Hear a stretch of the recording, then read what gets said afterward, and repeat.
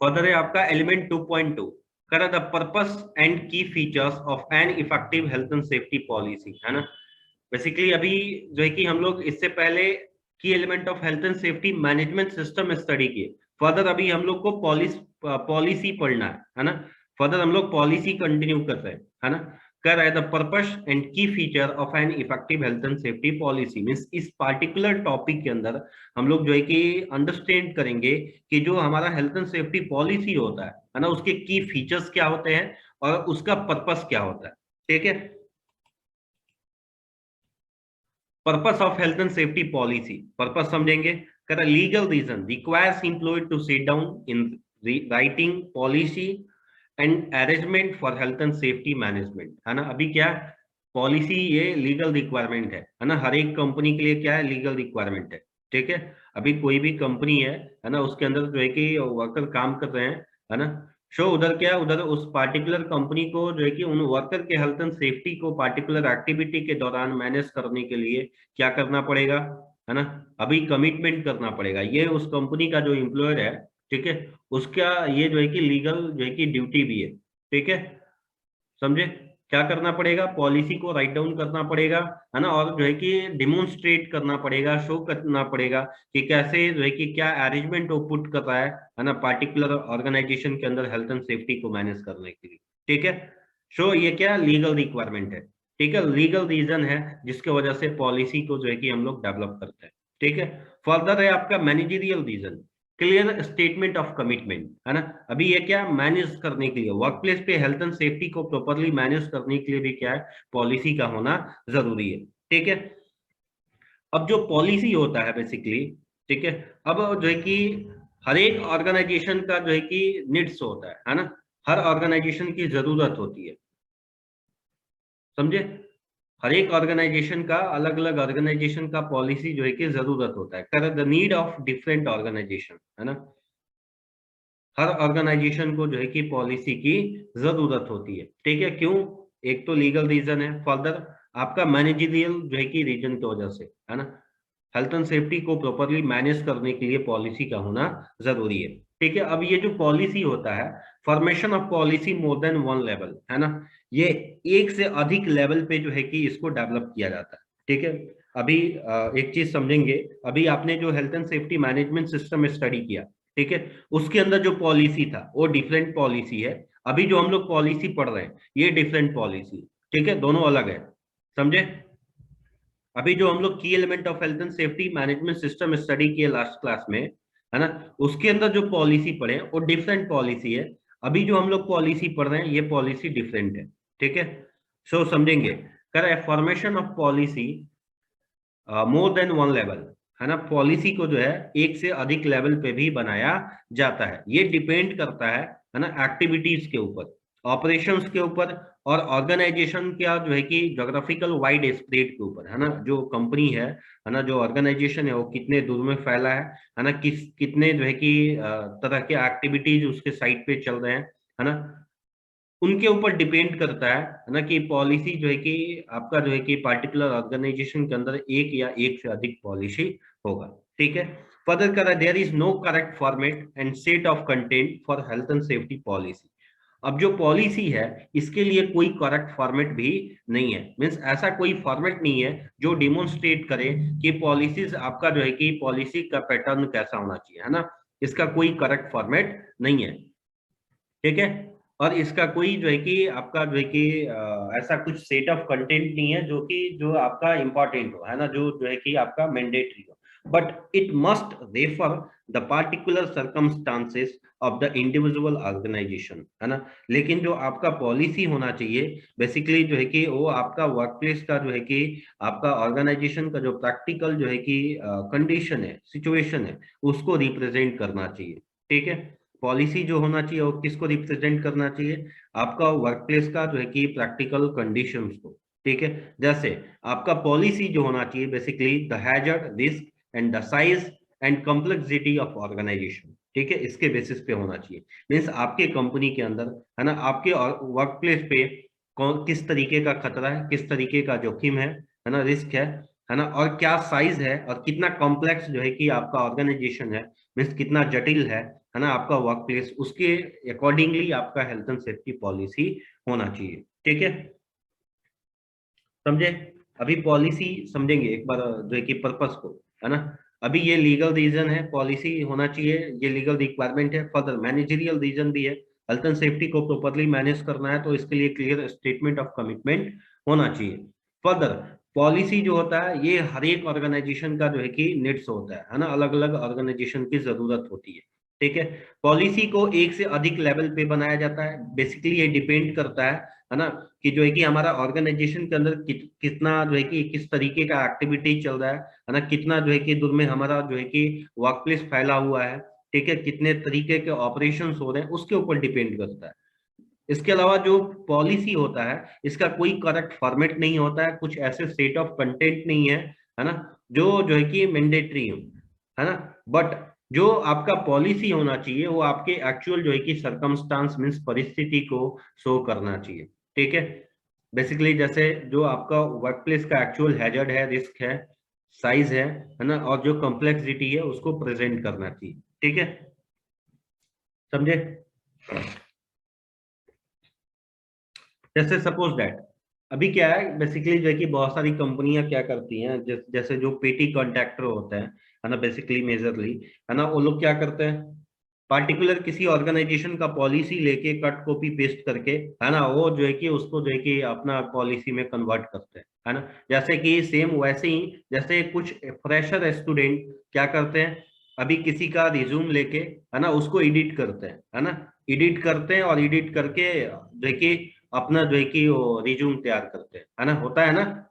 किसी फ्रेशर, कोई fresher student जो होता है वो क्या करता है, किसी पर्सन का रिज्यूम लेके उसको एडिट करता है, एडिट करके जो है कि अपना रिज्यूमे बनाता है ना। लेकिन वो जो रिज्यूमे होता है उस रिज्यूमे के अंदर जो कंटेंट्स होते हैं, ठीक है, बेसिकली उस वो कंटेंट्स जो है कि उस पार्टिकुलर पर्सन के, है ना, सरकमस्टांसेस को, उसके स्किल्स और जो है कि क्वालिटीज को रिप्रेजेंट नहीं करती। ठीक है, करता है? समझ रहे हैं ये जो मैं अभी बोल रहा हूँ? रिज्यूमे, रिज्यूमे यस पता है ना सभी लोगों को, है ना, जॉब के लिए अप्लाई यस सर करते हैं, अभी सब लोग जॉब कर रहे हैं। तो क्या होता है, बेसिकली आप लोगों ने यस भी सर। ये ऑब्जर्व किया होगा, है ना, एक्सपीरियंस किया होगा कि बहुत सारे लोग क्या करते हैं, किसी दूसरे का रिज्यूम लेके उसको एडिट करके नाम वगैरह चेंज करके, है ना, और अप्लाई करते हैं कहीं जॉब के लिए। ठीक है, करते हैं ना। तो अभी क्या है, वो जो बिल्कुल। बेसिकली जो वो जो आपका रिज्यूमे होता है उस रिज्यूमे में नीचे जो स्किल्स दिए होते हैं, है ना, जो रिस्पॉन्सिबिलिटीज दी गई होती हैं, ठीक है, जो क्वालिटीज दी गई होती हैं, बेसिकली वो स्किल्स जो है कि रिस्पॉन्सिबिलिटीज क्वालिटीज, ठीक है, उस पार्टिकुलर पर्सन के नहीं है ना, वो दूसरे पर्सन के है जिसका उसने कॉपी पेस्ट मारा, है ना, समझे? सेम वैसे ही क्या है, यस अभी बहुत सारा ऑर्गेनाइजेशन क्या करता है, इस तरीके का काम करता है। सेम जैसे रिज्यूमे वाला है वैसे पॉलिसी, है ना, रिज्यूमे पर्सन को रिप्रेजेंट करता है, पॉलिसी कंपनी को रिप्रेजेंट करता है। ठीक है, सो अभी ये दोनों चीजें क्या होनी चाहिए, आपके जो है कि एक्चुअल कंडीशन के हिसाब से होनी चाहिए, है ना। आपका कंपनी का पॉलिसी और आपका रिज्यूमे, है ना, ये दोनों क्या कैसा होना चाहिए, बिल्कुल प्रैक्टिकल होना चाहिए, आपका सर्कमस्टांसेस के हिसाब से होना चाहिए, आपके परिस्थिति के हिसाब से होना चाहिए, आपके क्वालिटीज को शो करना चाहिए, आपके कंपनी के हैजर्ड रिस्क और साइज को रिप्रेजेंट करना चाहिए। ठीक है, समझ गए? कोई डाउट है इसमें? Yes sir. राधे श्याम जी, कोई डाउट है? No sir. ओके, फर्दर समझेंगे content of health and safety policy, है ना। हेल्थ एंड सेफ्टी पॉलिसी जो होता है, ठीक है, इसके अंदर जो है कि कितने कंटेंट्स होते हैं। Health and safety is usually found in the three parts, है ना, जो हेल्थ एंड सेफ्टी पॉलिसी होता है बेसिकली ये तीन पार्ट में होता है ना, इसके थ्री पार्ट्स होते हैं। बेसिकली एग्जाम में कंटेंट भी पूछा जाता है, बोला इसको हम लोग की एलिमेंट भी बोलते हैं, है ना। जैसे की element of health and safety management system होता है, वैसे ही की element of health and safety policy भी होता है ना। इसको बहुत सारे नेम से रिप्रेजेंट करते हैं, बहुत सारे वैरायटी से रिप्रेजेंट करते हैं। जैसे कहीं आपसे एग्जाम में पूछा जा सकता है content of health and safety policy, कहीं पूछा जा सकता है आपसे जो है कि elements of health and safety policy, कहीं पूछा जा सकता है section of health and safety policy, है ना। तो कंफ्यूज नहीं होना है, ठीक है। ये सबका मैंने कंटेंट की एलिमेंट, सेक्शन, है ना, part of health and safety policy, है ना, ये सब जो है कि सिमिलर थिंग्स है, सिमिलर वर्ड्स है, ठीक है। सो अभी पॉलिसी के कितने पार्ट्स होते हैं? 3 पार्ट्स होते हैं। पॉलिसी के अंदर 3 कंटेंट्स होते हैं, पॉलिसी के अंदर 3 की एलिमेंट्स होते हैं, ठीक है। कौन कौन सा?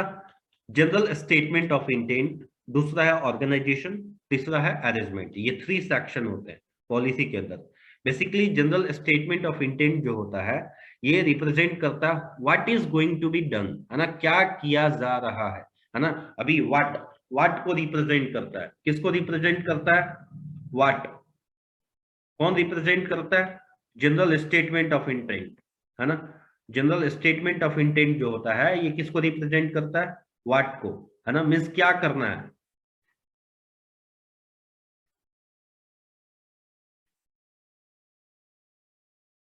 समझे? पहला है जनरल स्टेटमेंट ऑफ इंटेंट, जो रिप्रेजेंट करता है क्या किया जा रहा है ना। अभी जो है कि क्या करना है ना, उसको रिप्रेजेंट करता है व्हाट, ठीक है।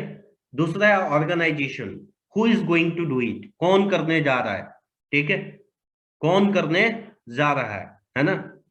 पहला क्या किया जा रहा है, ठीक है। दूसरा कौन करने जा रहा है। तीसरा how they are going to do it, वो लोग कैसे करने जा रहे हैं, है ना।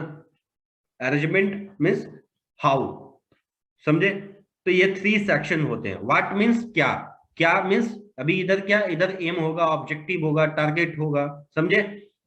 तो basically general statement of intent जो होता है, ये होता है व्हाट। दूसरा ऑर्गेनाइजेशन जो होता है, ये होता है हु। तीसरा अरेंजमेंट हाउ, ठीक है। अब वन बाय वन जो है कि एक एक सेक्शन को पढ़ेंगे। पहला है जनरल स्टेटमेंट ऑफ इंटेंट। इसके अंदर क्या होता है? Setting overall aim and objective. इधर हम लोग क्या करते हैं? ओवरऑल एम और ऑब्जेक्टिव को सेट करते हैं। मींस पार्टिकुलर साइट के लिए, है ना, पार्टिकुलर जो है कि एरिया के लिए हम लोग क्या करते हैं? एम और ऑब्जेक्टिव को सेट करते हैं। फर्दर कंप्लाइंग विथ लॉ, है ना, लॉ की जो रिक्वायरमेंट है उसको फुलफिल करते हैं, है ना। उसके लिए हम लोग कमिट करते हैं, है ना, कि क्या एक्शन हमें लेने हैं। फर्दर अचीविंग स्टैंडर्ड को अचीव करना, ठीक है। Further reminders workers at all level of their responsibility, है ना, हर एक लेवल के जो वर्कर हैं उनको रिमाइंड कराना, उनकी जिम्मेदारी क्या है। Assigned and dated by the most senior person, है ना, मीन्स जो मोस्ट सीनियर पर्सन है ऑर्गेनाइजेशन के अंदर, उनके द्वारा जो है कि क्या किया जाता है? पॉलिसी को साइन किया जाता है ना। और उसमें डेटेड मीन्स डेट मेंशन किया जाता है। और रेगुलर रिव्यू जो है कि हम लोग रेगुलर रिव्यू को भी जो है कि हम लोग ऐड करते हैं कि फर्दर हमें कब अपने पॉलिसी को चेक करना है, रिव्यू करना है, ठीक है। तो ये बेसिकली ये सारे कंटेंट किधर होते हैं? जनरल स्टेटमेंट ऑफ इंटेंट के अंदर। जनरल स्टेटमेंट ऑफ इंटेंट में क्या होता है? एम और ऑब्जेक्टिव होता है, लीगल रिक्वायरमेंट होता है जिसको कंप्लाई करना है, स्टैंडर्ड को लेके कमिटमेंट होता है जिसको अचीव करना है, हर एक पर्सन की रोल एंड रिस्पॉन्सिबिलिटी को जो है कि डेलीगेट करने का जो है कि आपको कमिटमेंट होता है। फर्दर ये सारी चीजें जो है कि साइंड और डेटेड किया जाता है टॉप मोस्ट सीनियर पर्सन के द्वारा, और इसको रेगुलर रिव्यू भी किया जाता है। रिव्यू डेट भी आपका इसमें मेंशन होता है। फर्दर अब ये जो पॉलिसी होता है जिसमें हम लोग अभी पढ़े कि signed and dated by the most top senior person, है ना, मोस्ट सीनियर पर्सन। तो मोस्ट सीनियर पर्सन के द्वारा ही पॉलिसी को क्यों साइन किया जाना चाहिए, है ना। ये भी एग्जाम में क्वेश्चन पहले जो है कि आता था, है ना, बाद में जो है कि एक बार ये क्वेश्चन आया हुआ था, है ना। समझेंगे। कह रहा signed by the senior most person in the organisation. Policy जो है किसके द्वारा साइन किया जाता है? सीनियर मोस्ट पर्सन के द्वारा साइन किया जाता है। क्यों साइन किया जाता है? समझेंगे। Shows management commitment. ये क्या करता है? मैनेजमेंट के कमिटमेंट को शो करता है ना। शो अभी कमिटमेंट मैनेजमेंट का किधर से आएगा? कमिटमेंट जो है कि टॉप से होता है ना। अभी जो है कि क्या होता है? टॉप से होता है, ठीक है। शो अभी क्या है आपका जो है कि इधर ये शो इसलिए हम लोग क्या करते हैं, ये टॉप मोस्ट सीनियर पर्सन के द्वारा साइन किया जाता है। इसके अलावा जो टॉप मोस्ट सीनियर पर्सन होता है उसका साइन जो है वो पॉलिसी को क्या करता है? ऑथोराइज करता है, ठीक है। अभी ऑथोरिटी किधर से होता है? टॉप से होता है, बटन से नहीं होता, है ना। किधर से होता है? ऑथोरिटी टॉप से होता है, ठीक है। ऑथोराइजेशन किधर से होता है? टॉप से होता है, ठीक है। सो पार्टिकुलर पॉलिसी को ऑथराइज करने के लिए, है ना, जो है कि टॉप मोस्ट सीनियर पर्सन के द्वारा साइन किया जाता है पॉलिसी को। Further demonstrates the person who sign has ultimate responsibility for health and safety, है ना। और ये रिप्रेजेंट करने के लिए भी हम लोग जो है कि सीनियर मोस्ट पर्सन से पॉलिसी को साइन कराते हैं कि जो है कि अल्टीमेटली क्या है, जो आपका टॉप मोस्ट सीनियर पर्सन है ना, ये जो है कि रिस्पॉन्सिबल है हेल्थ एंड सेफ्टी को मैनेज करने के लिए, है ना, समझे। तो जो टॉप मोस्ट सीनियर पर्सन होते हैं ऑर्गेनाइजेशन के अंदर, है ना, उनके द्वारा जो पॉलिसी को हम लोग साइन करते हैं, तो शो करता है वो शो करता है मैनेजमेंट के कमिटमेंट को, पॉलिसी को ऑथोरिटी देता है, ऑथराइज करता है। इसके अलावा उनका सिग्नेचर जो है कि डिमोन्स्ट्रेट करता है, शो करता है कि जो है कि जो ये पर्सन है ना, जो पॉलिसी को साइन कर रहे हैं, ये ओवरऑल जो है कि रिस्पॉन्सिबल है ना, हेल्थ एंड सेफ्टी को मैनेज करने के लिए। ठीक है, क्लियर है। फर्दर है आपका organisation aim and objective for health and safety. अभी हम लोग पॉलिसी के अंदर हम लोग पढ़ते हैं कि जो है कि एम और ऑब्जेक्टिव को सेट करते हैं, है ना। शो समझेंगे एम और ऑब्जेक्टिव। पहला है गोल्स। गोल्स क्या है, मीन्स एन एम और पर्पस। ठीक है, ये लक्ष्य और जो है कि उद्देश्य हो सकता है ना, पर्पस हो सकता है। Objective something you plan to do और अचीव, है ना, कुछ जो चीज भी हम लोग प्लान करते हैं, है ना, अचीव करने के लिए, वो हमारा ऑब्जेक्टिव होता है। ठीक है। Targets specify specific performance requirement, है ना। अभी टारगेट क्या मीन्स एक ऐसा जो है कि आपका जो है कि ऐसा स्पेसिफिक एक्टिविटी, है ना, जिसको हम लोग स्पेसिफाई करते हैं, है ना, जिसको हम लोग क्या करते हैं, स्पेसिफाई करते हैं।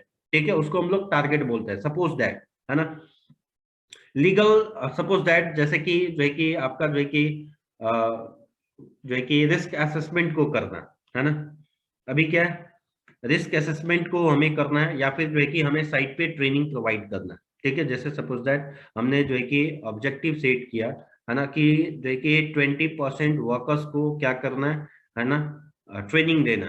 ठीक है, तो ये क्या हो गया, हमारा ऑब्जेक्टिव हो गया। ठीक है, 20% वर्कर्स को ट्रेनिंग देना। लेकिन अभी, या फिर जो है कि हमें ट्रेनिंग प्रोवाइड करना है ना, अभी हमारा जैसे ऑब्जेक्टिव हो गया, है ना, कि हमें जो है कि हेल्थ एंड सेफ्टी से रिलेटेड जो है कि ट्रेनिंग प्रोवाइड करना है, दैट इज ऑब्जेक्टिव। लेकिन अभी स्पेसिफाई कर दिए कि 20% वर्कर्स को, है ना, विद इन 6 मंथ हमें जो है कि क्या करना है, ट्रेनिंग प्रोवाइड करना है हेल्थ एंड सेफ्टी मैटर्स के ऊपर। तो अभी ये क्या हुआ, स्पेसिफाई हो गया 20%, है ना। अभी इसमें आपको क्या हुआ, बाउंडेड भी हो गया, है ना, कि विद इन 6 मंथ, है ना। तो इसको हम लोग क्या कहते हैं, टारगेट कहते हैं। समझे, ऑब्जेक्टिव टारगेट। ऑब्जेक्टिव टारगेट समझ में आया।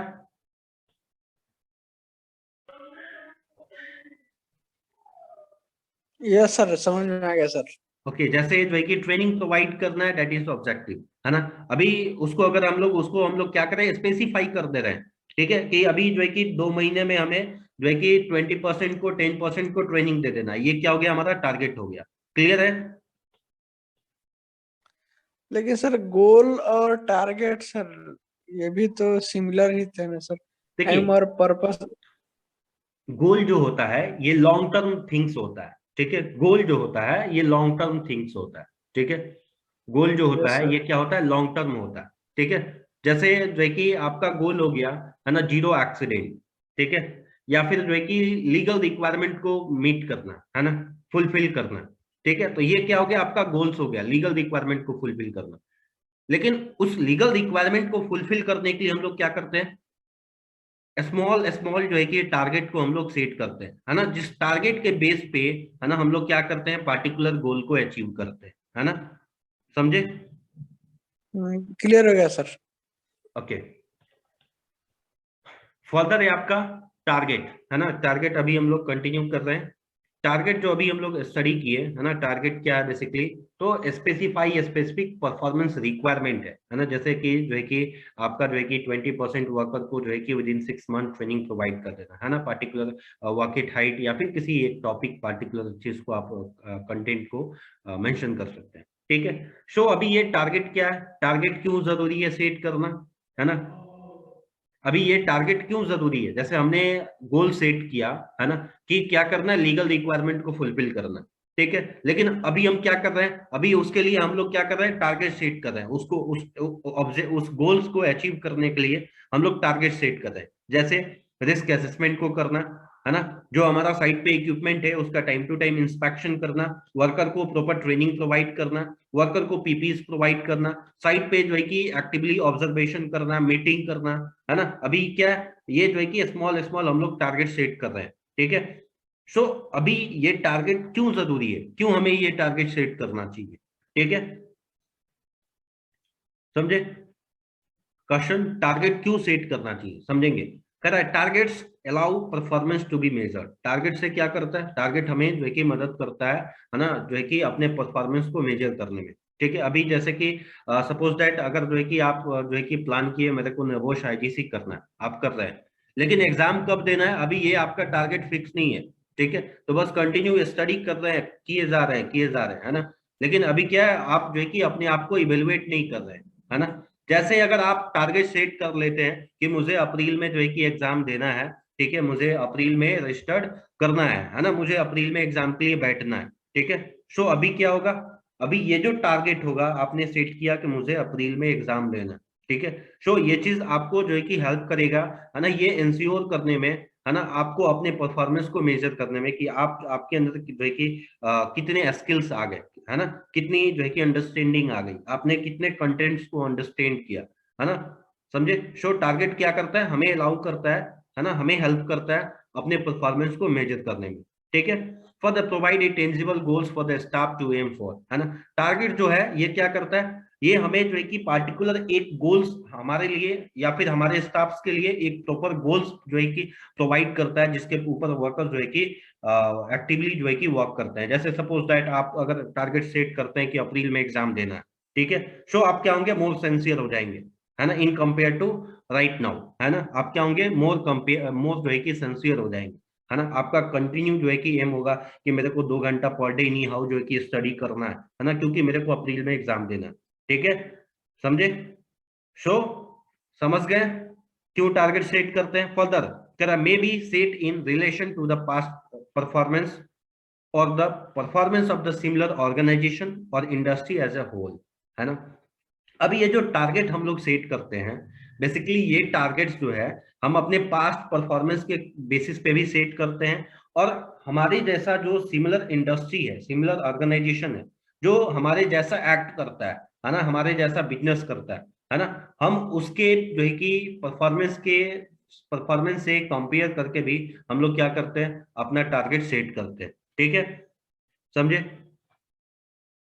क्लियर है। जैसे कि सपोज दैट अगर आप ऑयल एंड गैस में काम कर रहे हैं, है ना, तो आपका जो ऑर्गेनाइजेशन है, जैसे सपोज दैट आप बीपीसीएल में हैं, तो बीपीसीएल क्या करेगी, है ना, या तो खुद का अपना पास्ट परफॉर्मेंस से नया टारगेट सेट करेगी, है ना, या फिर जो है कि अपना सिमिलर ऑर्गेनाइजेशन जैसे एचपीसीएल, है ना, अभी उससे जो है कि कंपेयर करके, है ना, उसके परफॉर्मेंस से कंपेयर करके अपना टारगेट सेट करेगी, है ना, समझे। फर्दर है आपका जो है कि बेंच मार्किंग, है ना।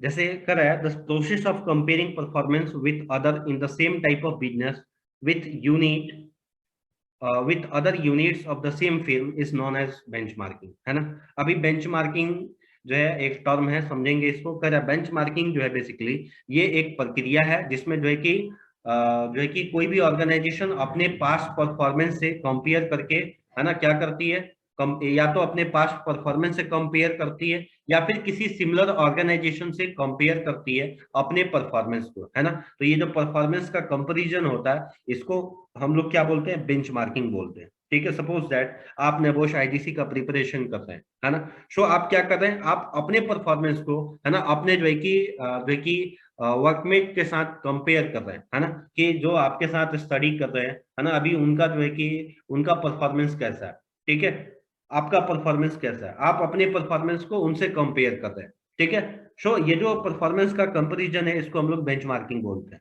ठीक है। या फिर आप उनसे कंपेयर कर रहे हैं या फिर अपने की पास्ट से कंपेयर कर रहे हैं, मींस पास्ट में आपका परफॉर्मेंस कैसा था, अभी परफॉर्मेंस कैसा है ना, मींस इंप्रूवमेंट कितना है ना, पास्ट से अभी परफॉर्मेंस में क्या इंप्रूवमेंट कितना है ना। अभी जो कंपैरिजन आप कर रहे हैं इसको हम लोग क्या बोलते हैं, बेंचमार्किंग बोलते हैं, ठीक है। बेंचमार्किंग क्या एक प्रक्रिया है जिसमें हम अपने परफॉर्मेंस को किसी सिमिलर ऑर्गेनाइजेशन से कंपेयर करते हैं या फिर खुद के जो है कि दूसरे यूनिट से कंपेयर करते हैं, ठीक है। जैसे पार्टिकुलर कोई ऑर्गेनाइजेशन है, उसके अंदर 4 यूनिट्स हैं, ठीक है, 4 यूनिट्स हैं, तो वो ऑर्गेनाइजेशन अपने पार्टिकुलर यूनिट के परफॉर्मेंस को किसी दूसरे यूनिट से कंपेयर कर सकती है, या फिर किसी सिमिलर ऑर्गेनाइजेशन से कंपेयर कर। ओके, सो जो हम लोग टारगेट जो हमारा होता है, बेसिकली टारगेट हमारा कैसा होना चाहिए, स्मार्ट होना चाहिए। मीन्स जो हम लोग टारगेट सेट करते हैं अपने ऑर्गेनाइजेशन के अंदर, ये टारगेट कैसा होना चाहिए, स्मार्ट होना चाहिए, ठीक है। कैसा होना चाहिए टारगेट, स्मार्ट। अब स्मार्ट का मतलब क्या है समझेंगे। S for specific, means clear होना चाहिए, क्लियरली डिफाइंड होना चाहिए, प्रिसाइज होना चाहिए, है ना, कि आप क्या सेट कर रहे हैं। फर्दर मेजरेबल होना चाहिए towards a target, quantified means जिसको मेजर किया जा सके, आंका जा सके, है ना, वैसा टारगेट होना चाहिए। अचीवेबल होना चाहिए, जिसको पाया जा सके, ठीक है, मीन्स रियलिस्टिक होना चाहिए। Further reasonable with in a time scale और रिसोर्स, है ना, जो हमारे पास टाइम स्केल है, जो हमारे पास रिसोर्स है, उस अकॉर्डिंग हमारा टारगेट होना चाहिए, है ना। मीन्स हमारे पास जो प्रेजेंट रिसोर्स है ना, हमें क्या करना है, अपना कंपनी का टारगेट उस रिसोर्स के अकॉर्डिंगली सेट करना है ना। हमारे पास जो टाइम स्केल है, उस टाइम स्केल के अकॉर्डिंगली हमें सेट करना है। फर्दर टाइम बाउंडेड होना चाहिए, मीन्स जो भी आप टारगेट सेट करेंगे उसका एक पार्टिकुलर डेडलाइन और टाइम स्केल होना चाहिए, ठीक है। सपोज दैट जैसे कि एक टारगेट, जैसे अभी जैसे सपोज दैट मैं आपको एग्जांपल के तौर पे दे रहा हूं, जैसे कि जो है कि आपका 20% वर्कर्स को जो है कि 2 महीने में जो है कि फायर फाइटिंग का ट्रेनिंग प्रोवाइड करना है ना। 20% वर्कर्स को, है ना, विद इन 2 मंथ क्या करना, फायर फाइटिंग का ट्रेनिंग प्रोवाइड करना। अभी ये क्या, ये स्मार्ट टारगेट हो गया, ठीक है। अभी स्मार्ट कैसे समझेंगे, स्पेसिफिक है, क्लियरली डिफाइंड है ना, क्या करना है, क्या करना है, फायर फाइटिंग ट्रेनिंग देना है ना, मेजरेबल है, 20% को देना है, ठीक है, अचीवेबल है, किया जा सकता है ना, ये रीजनेबल भी है। कैसे, तो जो हमने टाइम स्केल सेट किया है ना, जो है कि सपोज दैट अगर हमारी कंपनी में 300 वर्कर्स है ना, सो 2 महीना में क्या करना, अभी जो है कि 300 में 60 जो है कि वर्कर को, 20% बोले तो 60 वर्कर्स को विद इन 2 मंथ 60 वर्कर को फायर फाइटिंग का ट्रेनिंग देना। अभी ये क्या, इसके लिए जो हमने हमारी कंपनी क्या करेगी, प्रॉपर रिसोर्स प्रोवाइड कर सकती है, ठीक है, क्या कर सकती है, प्रॉपर रिसोर्स प्रोवाइड कर सकती है, ठीक है। अभी रिसोर्स में क्या चाहिए, टाइम चाहिए, है ना। इसके अलावा जो है कि आपको फायर एक्सटिंग्विशर चाहिए, है ना, फायर जो है कि फाइटर्स चाहिए, है ना। सो अभी ये क्या प्रोवाइड किया जा सकता है फॉर द टाइम बाउंडेड। अभी ये टाइम बाउंडेड है कि 2 महीना में करना है, ठीक है, विद इन 2 मंथ करना है, समझे। सो इसको हम लोग स्मार्ट बोलेंगे, क्लियर। ओके, ध्यान देंगे, टारगेट कैसा होना चाहिए, हमारा स्मार्ट होना चाहिए, ठीक है। स्मार्ट बोले तो S for specific, M for measurable, A for achievable, R for reasonable और टी फॉर टाइम बाउंडेड, है ना। जैसे अभी हमने एक एग्जांपल दिया, है ना, कि विद इन 2 मंथ 20% वर्कर को क्या करना है, फायर फाइटिंग का ट्रेनिंग देना, ठीक है। 20% बोले तो हमारे कंपनी में टोटल 300 वर्कर्स है ना, मीन्स 300 वर्कर है, तो 60 वर्कर को, है ना, क्या करना है, 2 महीने में फायर फाइटिंग का ट्रेनिंग देना। तो ये स्पेसिफिक हुआ फायर फाइटिंग, ठीक है। आपका जो है कि मेजरेबल है, ठीक है, क्वांटिफाइड है, फर्दर अचीवेबल भी है, इसको ये क्या रियलिस्टिक है, इसको अचीव किया जा सकता है ना। रीजनेबल भी है, क्यों रीजनेबल है, इसमें प्रॉपर टाइम स्केल है ना, और जो है कि इसके लिए जो है कि जो हमारा जो है कि ऑर्गेनाइजेशन है वो रिसोर्स प्रोवाइड कर सकता है, ठीक है।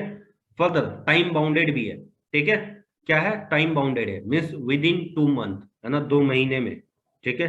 आज अगर जो है कि आपका जो है कि अगर आज जो है कि आपका 14 हो गया, है ना, 14 तारीख, तो अगले जो है कि आपका अप्रैल में, है ना, अप्रैल 14 तक हमें क्या करना है, जो है कि आपको जो है कि 20% वर्कर को फायर फाइटिंग का ट्रेनिंग दे देना, ठीक है। सो अभी ये क्या टाइम स्केल भी है, इसमें डेडलाइन भी है ना, विद इन 2 मंथ, ठीक है।